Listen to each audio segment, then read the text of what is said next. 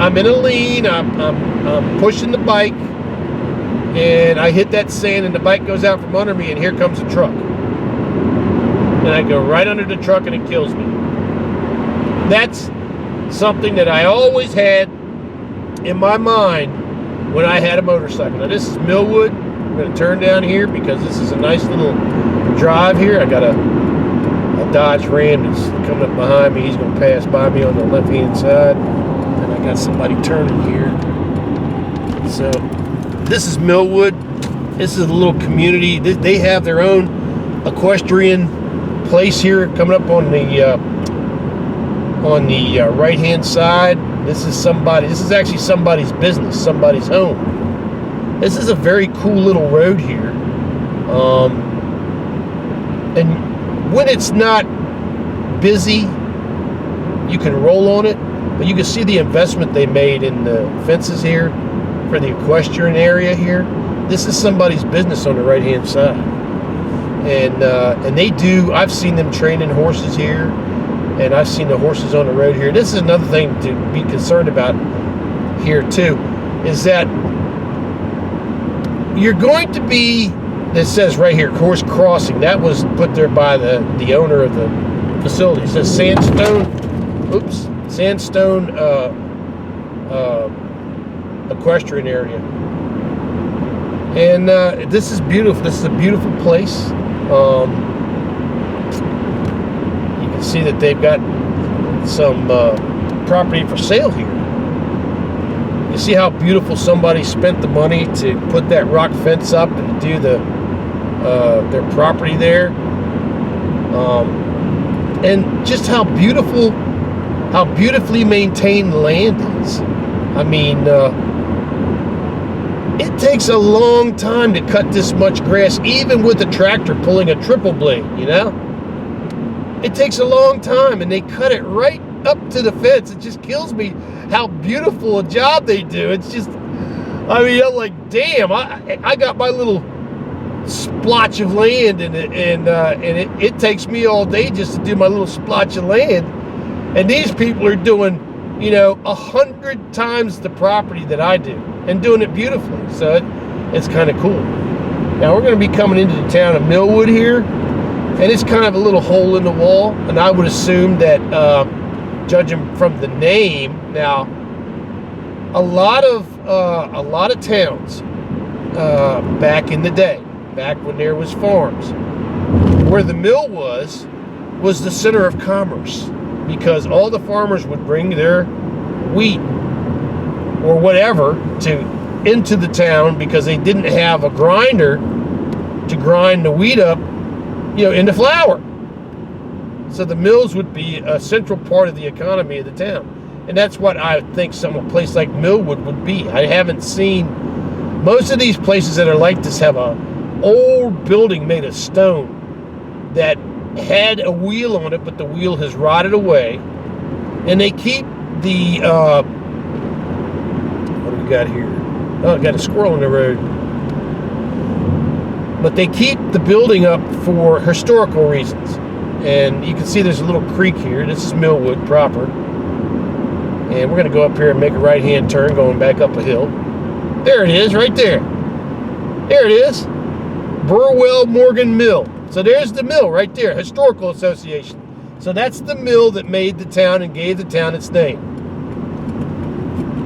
I think I'm going to pull over here for a minute.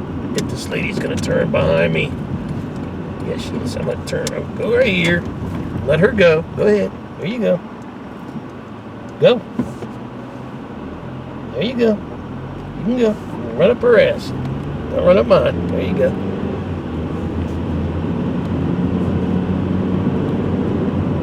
I have a thing about if I'm not going to be rolling and if I'm going to be going slow, especially if I get behind somebody who's really trying to go slow, I'll pull over and I'll let other people get behind that person, and it never fails. They speed up. But if I stay behind them, they'll do 5 miles below the speed limit. So I let them go. I pull over, I let them go, especially if somebody's in a hurry behind me. You can go. You can roll. You can do it. So I let them go. So as you can see, those two have already run up the road.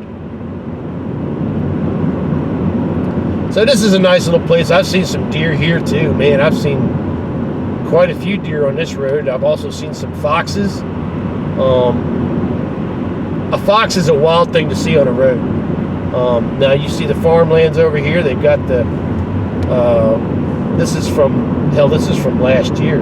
They haven't even cut that down to replant for this year. But that's cool. They'll get to it. They'll come in and they'll furrow the field under, and then they'll plant their crops. I actually came out of that road there. I took a turn down here. I'll show you where the turn is. That road comes back out this way if you make a few of the proper turns. I always looked at this. There's a rock fence down here on the right-hand side, and it just sort of makes me cackle because all of the work that went into making that rock fence to be on this road in the middle of nowhere, you know? I'm like, wow, really? Why would you do that? I wonder if it's still here. I think it's still here. I don't know if you're going to be able to see it, though, me passing by it. Yeah, here's the rock fence. So here's the rock fence, okay? And this rock fence goes on and on and on. Look, and it's just, I know, you know, it's a property barrier, but those rock fences like that, they will last, but they do need to have maintenance. But this rock fence has been lasting pretty good. So obviously, it's a property border, but man, what an investment of money in a property border. You know, I mean, it just amazed me. It's pretty cool looking. Don't get me wrong. That's like these fences you see like this, these wood fences. Then you get to these fences here with the black on them. That asphalt. That is the way to do your fence. Right there. Is to put that black on it, because that tar, I guess they spray it with creosote, which is a tar derivative. And it makes the wood, it does not decay. So it works good. So we've come out of Millwood, and we're heading back over here to a road. When I see the sign, I'll tell you what I think it's 522 north. Oh, there's a vulture eating him some dinner. But just a beautiful little country road, and this actually cuts off about, I want to say, 5 miles off the trip to Charlestown from the direction that we came. Obviously, like I said before, if you're in an RV, a great big RV towing a car, it's not something you want to come down because of all the sharp turns and stuff. I'm always kind of amused that this bridge doesn't have a height gauge on it, but I guess because it's so high it doesn't matter. So here's another old place here, an old church in the graveyard. So this is, yeah, this is actually North 340. Okay, heading towards Berryville and the West Virginia line, 8 miles. So on the other side of the Virginia line, I think it's I want to say it's either 12 or 20 miles. I'll just say 12 miles to Charlestown. So we got 20 miles total to Charlestown. Well, I'll just say that, I'll guess. And one of the things that got me about this road right here, look at these rocks on the side here. This is a place where you never ever want to get driven off the road by somebody in the wrong lane passing, because you don't ever want to hit one of them rocks. If you hit one of them rocks, you're dead. Obviously, if you hit a car head on at these speeds that we're doing, which we're doing 60 miles an hour right now, you're dead too. I really haven't seen a lot of deer in this stretch of road. I've been kind of blessed by that. But this is just a nice rural area of Virginia. People care about their property. They care about their homes. they try to keep their places looking pretty nice.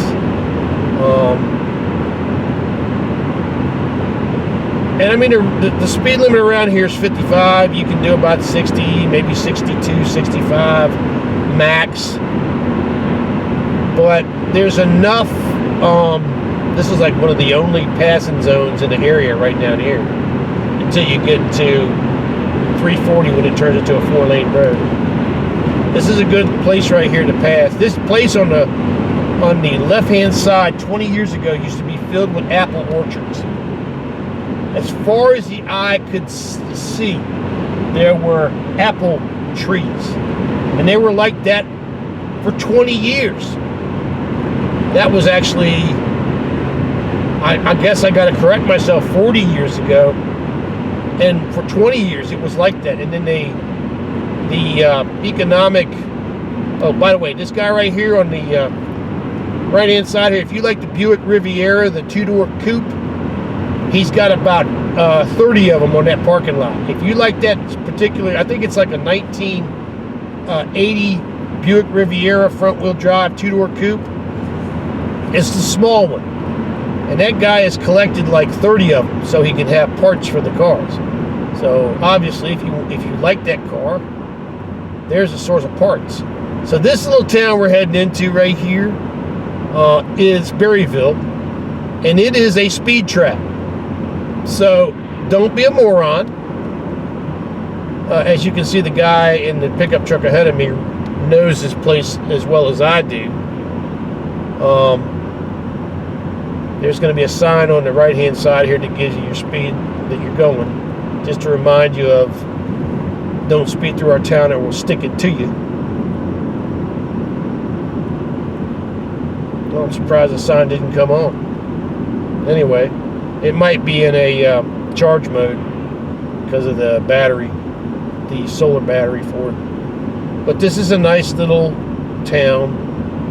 This is the main drag. All of these houses are, 40 years old or more. And it's just a really beautiful place to come visit. Now, dude, you don't got to do 10 miles an hour.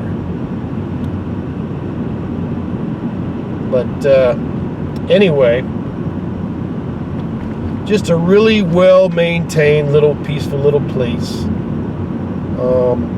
I can say that I've never lived here, so I can't really testify to what it's like to live here. But as far as I've been able to tell, and the few times I've stopped at the little Exxon down here on the left-hand side, and at the pizza place on the right-hand side, and the little Woody store up here, there's a little Woody store, a little hole-in-the-wall store.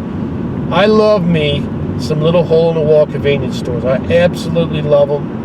I recommend that everybody go to them instead of going to the 7-Eleven, because all them little hole-in-the-wall convenience stores are family-owned stores that employ people that scratch by making a living, and they need your money way more than the 7-Eleven does, okay? 7-Eleven's always going to make their business. They're always going to make their profit, okay? And I recommend people go to 7-Eleven. But these little stores, they depend on you. They depend that Coke and that bag of chips that they make $1 on when they sell it to you for $7. That keeps them in business. It keeps them in business. So I recommend you go to them. This is a little place. There's a little gas station on the left-hand side here that was surprising to me, because it was one of the first places I had seen ethanol-free gasoline in Virginia in a long time, and now you can get it in certain counties all over the place. I actually recommend you don't, if you can get ethanol-free, that you buy ethanol-free, because ethanol is terrible on an engine. It really is. It's really awful. So this is Woody's Quick Shop, the red building here on the right-hand side in Berryville, Virginia. It's just a little hole-in-the-wall place. You got a parking lot on the street, but a parking lot on the side here too. And just wonderful people inside. Just a wonderful little store. And thank you for getting the hell out of my way. Here's a brand new McDonald's they just put here about 3 years ago, maybe 2 years ago. busiest McDonald's in the area. We're heading towards Charlestown now. And I guarantee you this light's going to catch me. I know it's going to catch me. It's going to happen. It's going to catch me. It's going to happen. Oh. Okay, it didn't catch me. Yay! Alright, cool. So, we're on, this is 55 through here. You can do 55, 60. But I wouldn't recommend humming, because you're taking a hell of a risk. And this is the same thing I was telling you about the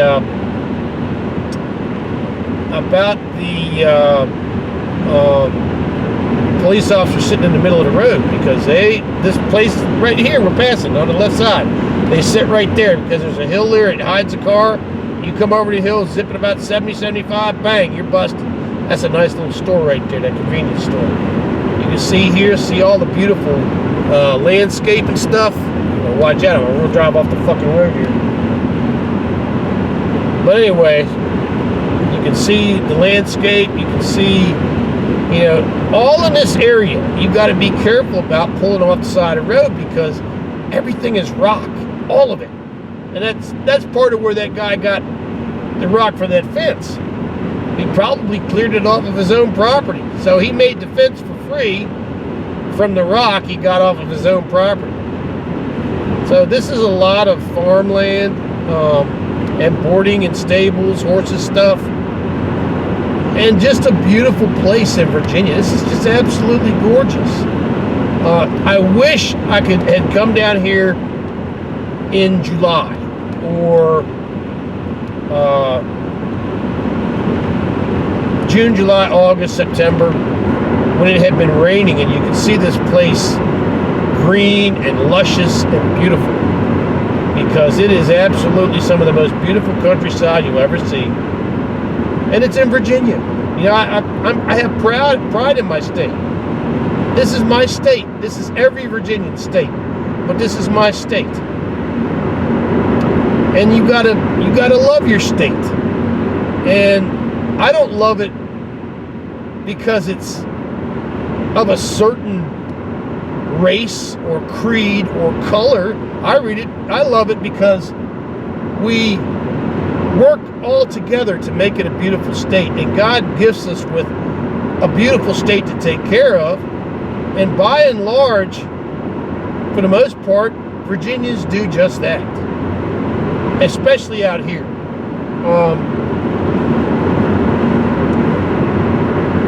Normally, I don't know if I can do it. I don't know if I got time. Let's see if we got, I don't really want to be behind that 18-wheeler. I don't want to go this fast.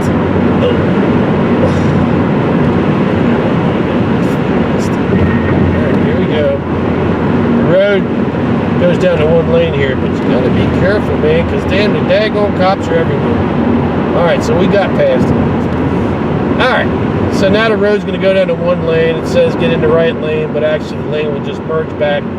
The left lane will merge into the right, and we'll be good. So anyway, beautiful, beautiful state. I know it's not much to look at right now, a bunch of dead trees and stuff like that. But I can guarantee you during the summertime, oh man, this is absolutely gorgeous. And during the fall, it's legendary. It's absolutely legendary. There's a country bar there on the left-hand side. The old classic, get your ass kicked country bar. And there is a shooting range up here on the left-hand side. There's a great big old rifle display that sort of points you to where the shooting range is.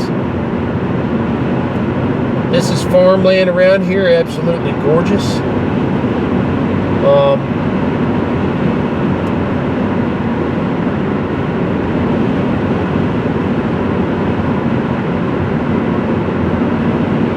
Now, I came down here, and I've got the little video clip, and I came down here, oh God, I guess 6 months ago, and there was a guy who had, or I don't know, it might have been a girl, who knows who owns the farm,